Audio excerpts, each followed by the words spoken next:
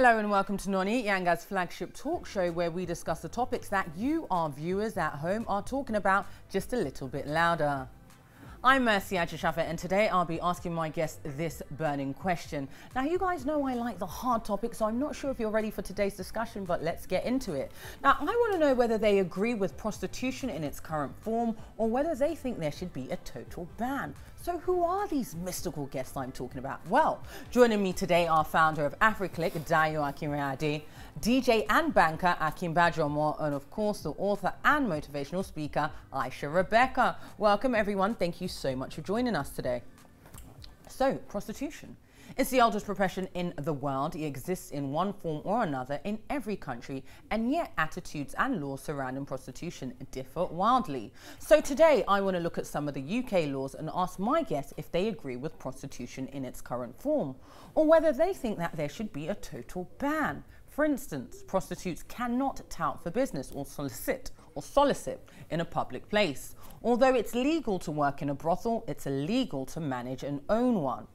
And finally, although prostitutes can advertise on the internet, they're actually forbidden from doing it offline. So you can advertise on the internet, but you can't advertise anywhere else. Okay, that's a little bit weird. So should we repeal and reform these laws, or does prostitution demean us as a whole when we accept that women's bodies are a commodity that can be bought and sold by men if they have the cash? So panel, what do we think? Now, interestingly enough, I do have a definition before we start. Now, according to the Cambridge Dictionary, it is a verb, prostitute, to use yourself or your abilities or beliefs in a way that does not deserve respect, especially in order to get money.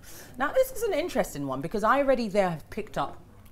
Now, before anyone accuses me of being pro-prostitution, I'm pro-humans, I'm pro-women, I'm pro-love, and I'm pro-life. Now, I think it's quite interesting because I think that everyone should be able to actually live the way they want to live. But if you look at it, it's already a loaded definition to use yourself or your abilities in a way that does not deserve respect. Now, I find that interesting because sexual activity is something that, for the most part, adults engage in. So why is it suddenly deemed as disrespectful if you engage your sexual services for money?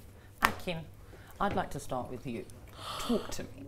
Okay, for me, I'll say from the moment it comes across as almost selling something, you sort of take away that respect factor as a woman, because just any Tom, Dick, or Harry could be like, okay, I've got the money, I want to have sex with you. But here's the thing, now it's a service. Sex workers see themselves as a service provider. We have masseuses, we have hairdressers, we have makeup artists. They're all different kind of services that we provide. Why is it then when it comes to sex, especially the advent of women selling sex, why is it now deemed as something that is quote unquote disrespectful or morally wrong? Aisha? I truly believe that anything we do, we should do it because we want to ourselves. Every woman has the right of her own freedom and choice to do what she wants to do. Take, for example, if you're a nurse or a doctor, that is your profession. But when it comes down to it being not your choice, that's when it's wrong. So, for example, there are women who've been prostituted because they don't have a choice, because, for example, they've been pimped out. They've been owned by somebody, and it's not their choice. It's not something they want for themselves. So in that aspect, I do believe that it's 100%. That's actually interesting because I haven't actually decided whether I personally think that prostitution should be legalized or not, but I don't know if you realize it, but you just made an argument for the legalization of prostitution. Dayo, I've been dying. You know, you're like, I've been dying to come over here and find out what you're thinking. Oh yeah, well, what are you thinking? Do you think prostitution should be legalized? And why do you think society sees it as morally wrong? Okay, so why does society see it as morally wrong? I think it comes down to society has always policed women's sexuality. Patriarchal system once again. We're back to the patriarchy. So a woman monetizing her sexuality, a woman having agency over her body, because let's even set prostitution aside, even a woman maybe being sexually free, it's very easy to slap a label on that and say, oh, she's a woman of ill virtue or whatnot. So I think to your point, that just comes down to people always having ownership over women's bodies. And I think sometimes particularly I find men get very frustrated at the idea of a woman might sort of be empowered and selling sex as opposed to, you know, giving it away maybe within the context of a relationship. In terms of should it be legalized? I mean, I'm in favor of regulation Yes. and decriminalization. Yes. Which isn't exactly the same thing It's as not the same thing, but it legalization. is kind of like a byproduct of legalization, because if you legalize it, then it can be actually, it can be assessed and it can be decriminalized as well. And it's the same way, so Regulated. where you said you're an advocate of humans. So if somebody is a sex worker, now they can't do their inland revenue returns and their VAT. I don't know, have a pension. They're sort of excluded from all those society's norms because the practice is illicit. So I think there can be sort of regulation and decriminalization, but not full legalization. You see, the thing about it is that prostitution is actually legal. So when I say should prostitution be legalized, I guess what I'm really saying is, should prostitutes be legally allowed to solicit for punters legally? Because at the end of the day, it has been decriminalized, but it's not being regulated. And I feel like there's so many things that come with actually regulating it. Now, before I go there, I wanted to give you some facts, because you know, bro, you know I love the facts. We're about the facts on NONI. Now, 20% of arrests being made are pimps or male prostitutes, and only 10% are johns. Now, think about it, 20% of arrests that are made, pimps or male prostitutes, and only 10% being johns. That means 70% of arrest made are female prostitutes. I think that, you know, it goes back to the patriarchal system, because we do have male prostitutes. How comes they are not as good? They haven't been criminalized as much as female prostitutes. Now, I have my own view, I have my own theory, and I do think it goes back. A woman is meant to be seen as feminine and almost chaste. You know, it goes back to the patriarchal system. It is the patriarchy. Men expect their women to act a certain way, because when you police our sexuality and our sensuality, that is it goes back to biology. Because for men, they feel like the only way they can be certain that your offspring is their own is if they police our sexuality and ensure that you're not fornicating or committing adultery and you're only having sex with them. And one of the easiest ways to control someone's behavior is to tell them what you're doing is disgusting, it's wrong, no, it cannot be had. So I'm so excited, because before I finish my facts, I was looking for someone to speak to, and honestly, I was on Google, I was going through it all, and I didn't know, because I was like, there's a particular person I really wanted to speak to. Now, I have to say, shout out to the amazing super production team here at NONI, because they found the very person that I was hoping that we could speak to. Now, to help us with this topic, we do have a former escort, Charlotte Rose, who styled herself as the first lady of sex on the line. Charlotte, thank you so much for joining us. Are you there? Welcome. Yes, I'm here.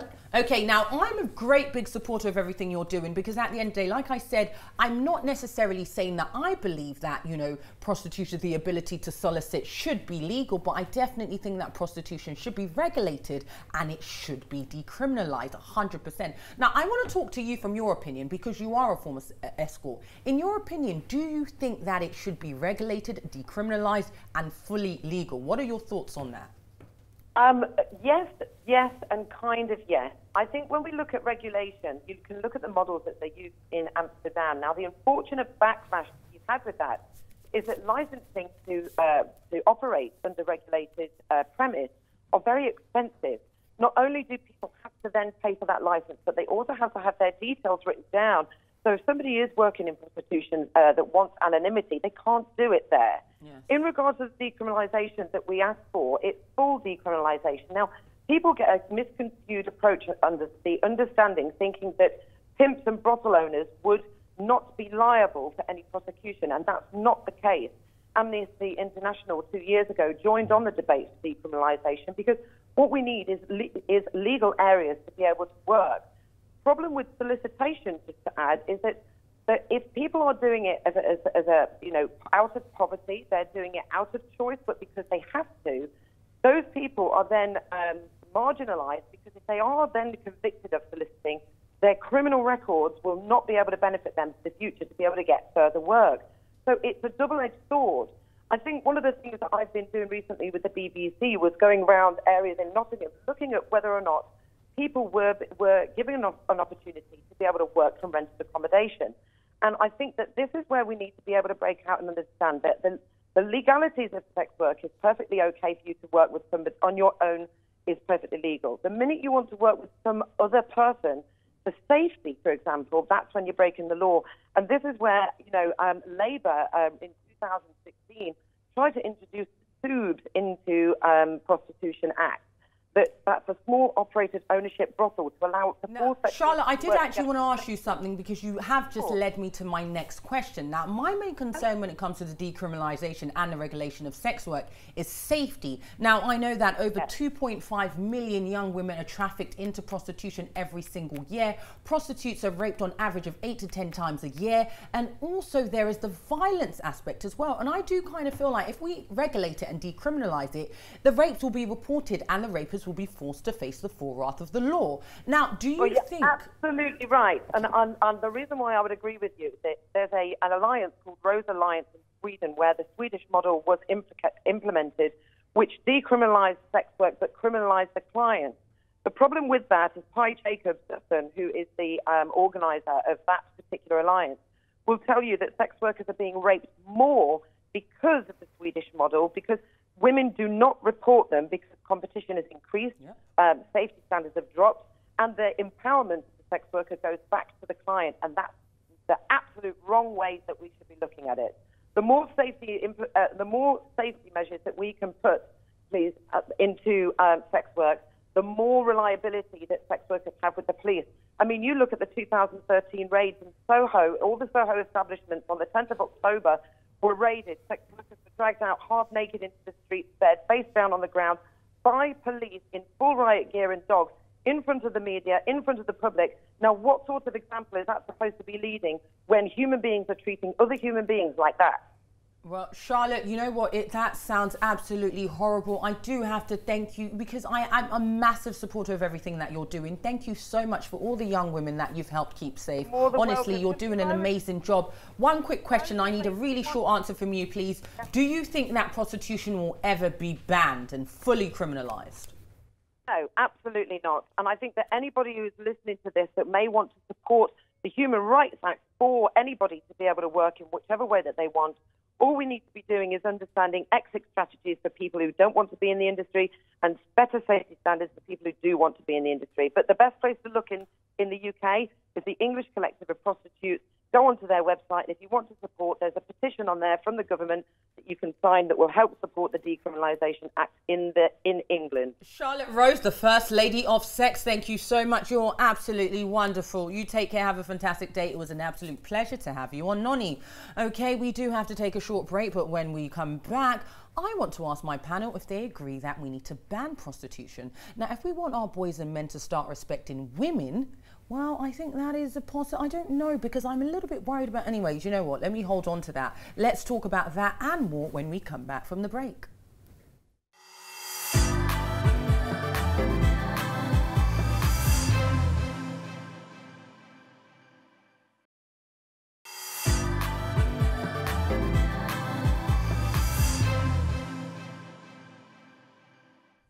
Hello, beautiful people. Welcome back. You're still watching NONI with me, Mercy Ajisafe, and my amazing guests, Dayo Akinade Reade, Akin Badromo, and Aisha Rebecca. Can you imagine? I am almost feel embarrassed as a Omo Yoruba myself. I totally just butchered these wonderful people's names. Mommy, don't be upset with me. You know, sometimes it's the English accent as you're saying their names. So the question we were discussing before the break was, do we agree with prostitution in its current form, or should there be a complete and total ban? Now, globally, different countries have tackled the concept of prostitution in very different ways. But I want to ask my panel this. Now, if we want our men and our boys to stop seeing girls and women as commodities that can be bought and sold, then do you think that there should be a worldwide ban on all prostitution? Now, before I actually get into this, I was giving you some facts. So just so you know this, prostitution is legal and regulated in 22 countries. Now, with just under 200 countries in the world, that's over 10% of countries that have legalized prostitution. There are approximately 40 million prostitutes working in the world right now. Now, this is heartbreaking. The average age to enter prostitution is, take a guess. 15. Everyone's saying, well, you said 15, 14. Oh, God, you guys are all very close. It's 13. Now, estimates say that 1 out of 10 men in the world have paid for sex. Akin. Now, Huffington Post reports that pimps take home on average of anywhere between $5,000 and $35,000 a week.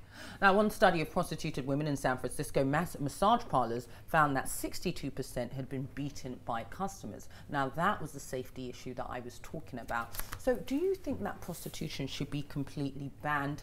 Aisha, I'm going to start with you. What are your thoughts? Do you think prostitution should be completely banned? It's both. It works both ways. I do think it should be banned based on, like you said, safety issues. People are putting their lives at risk. They are.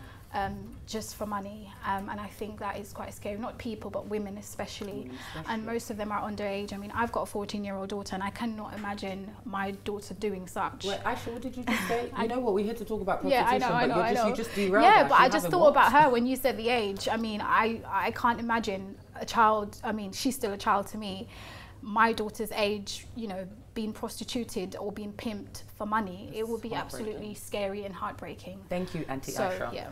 Now, I want to come to you, Dayo. Do you think that we should ban... Notice I called you auntie with your 14-year-old. You are a new auntie. Dayo, what are your thoughts? Do you think that we should completely ban prostitution? And, you know, what do you... If we do ban prostitution, do you think that that would be a positive move? I think the issue with banning prostitution is that it will drive the industry further underground. I feel like... So, can we have a high five, please? There we go, baby girl. So it would mean, to the point of like the caller you had earlier, whereas a lot of men will sometimes pay for prostitutes, and what's really sad is sometimes they don't just want sex, they actually just want to be violent towards them. And they can't, sadly, they should just call a dominatrix, but they'll call a prostitute. Yeah, because the dominatrix beats you. You want to beat the prostitute. Sadly. So I think, unfortunately, it drives it further underground.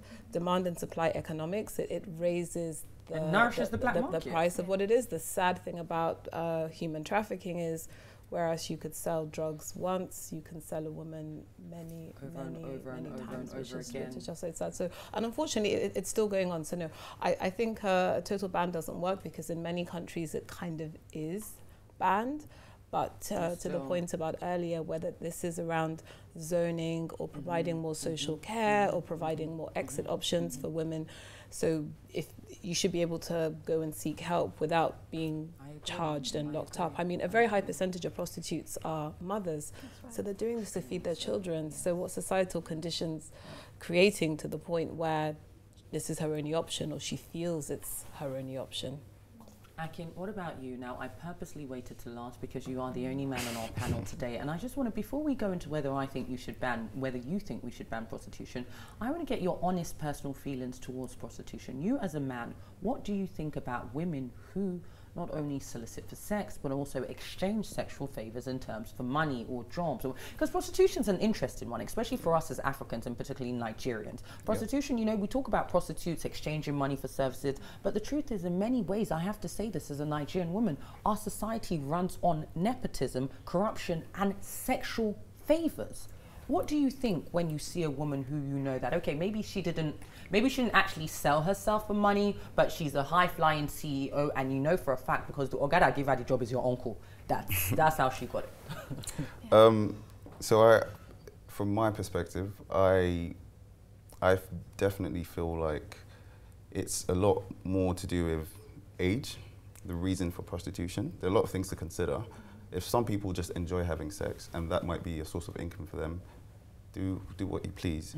But when you take age into consideration, and you think of the fact that there are little kids that might be getting hurt, getting raped, that would affect their whole lives, that's where you start thinking, is it a case where we ban? Of course, a direct ban will not be the ideal, but I think the government and loads of governments definitely need to look into schemes and sort of rehabilitation type programs to help these women, if they aren't doing it by choice, make those decisions to say, do you know what, I actually don't want to do this. I can go into this rehabilitation that might help me find a different way, you know, a different source of income, because I'm not doing it by choice.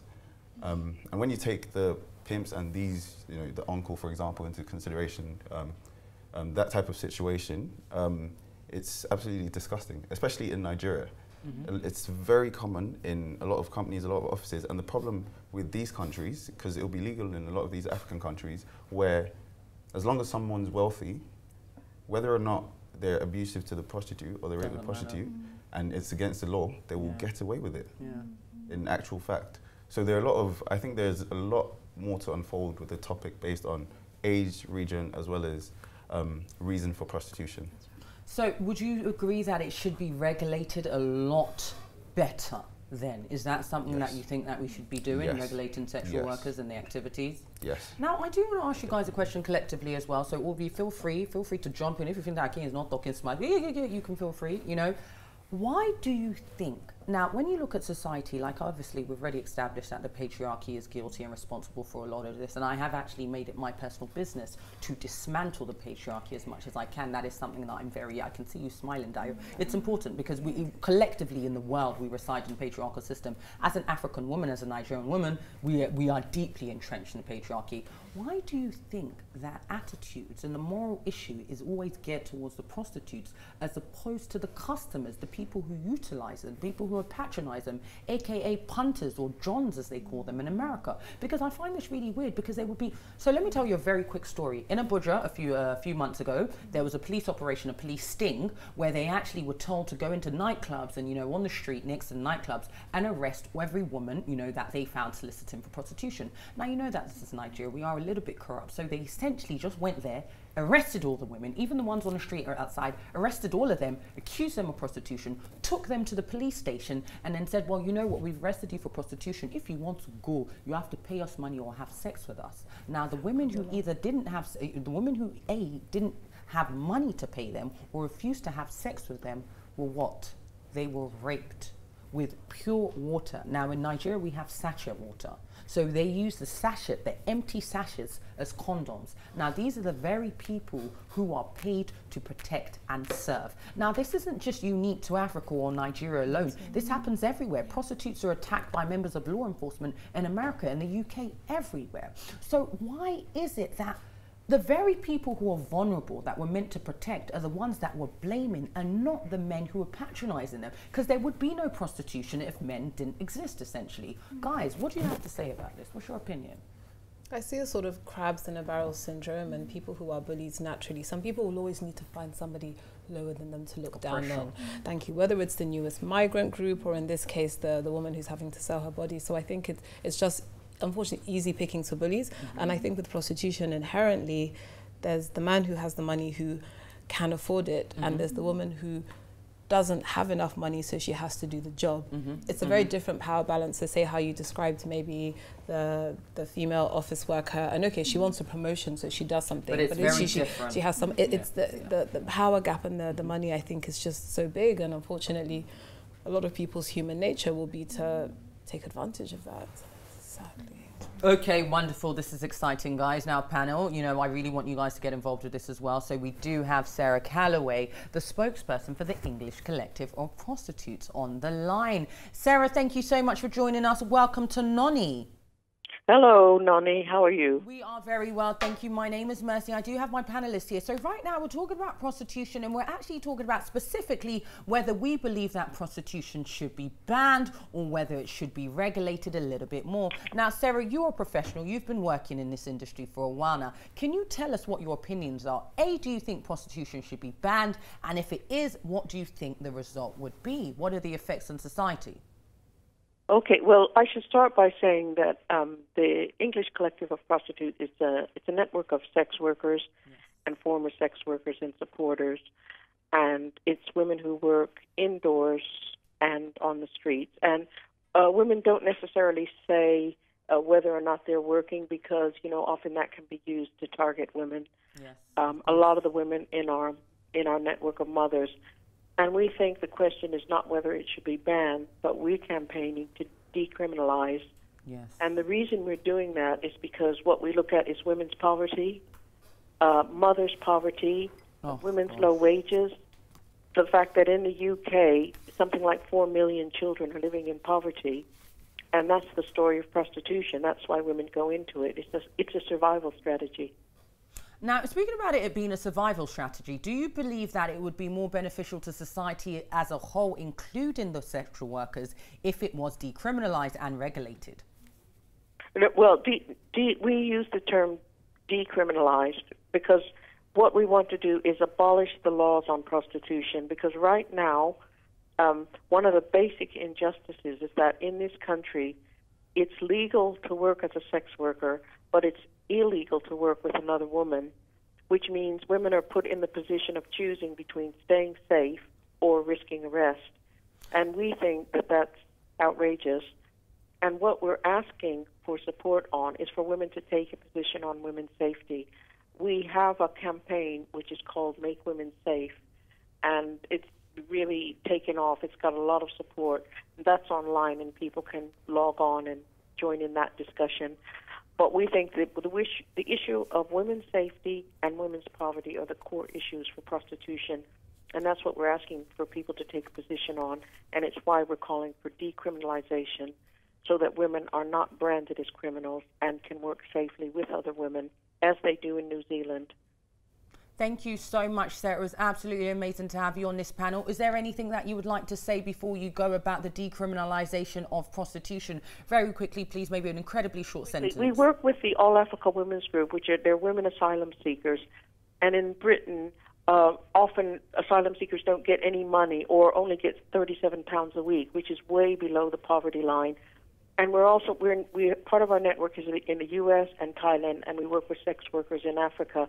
And we know that women's poverty is even worse in countries, of the global south. That's correct. So we definitely are raising that in everything we do, and we hope that we can get support from some of your listeners. Thank you again for having us. Thank you, Sarah Calloway. Have a fantastic week. Take care, and thank you for joining us. Well, there you have it, guys. We've spoken to 2 different sex workers, 2 different professional and former sex workers, and they've told us exactly what they think. So I think it's safe to say that it will never be banned. It is really difficult to ban prostitution, but I think we're all in agreement that it should be decriminalised and regulated better.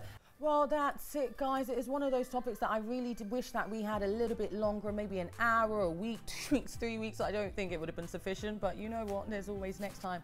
That's it from me, Mercy Ajisafe, and my absolutely amazing guests, Aisha Rebecca Akinbajomo, and of course, Dayo Akiriade. Well, thank you. Yes, you at home. Thank you for joining me. And don't forget that every single episode of NONI, past, present and future, is available online at yangatv.com. So wherever you are in the world, you can see this show and other amazing content from Yanga. Join us again soon for more entertaining chats.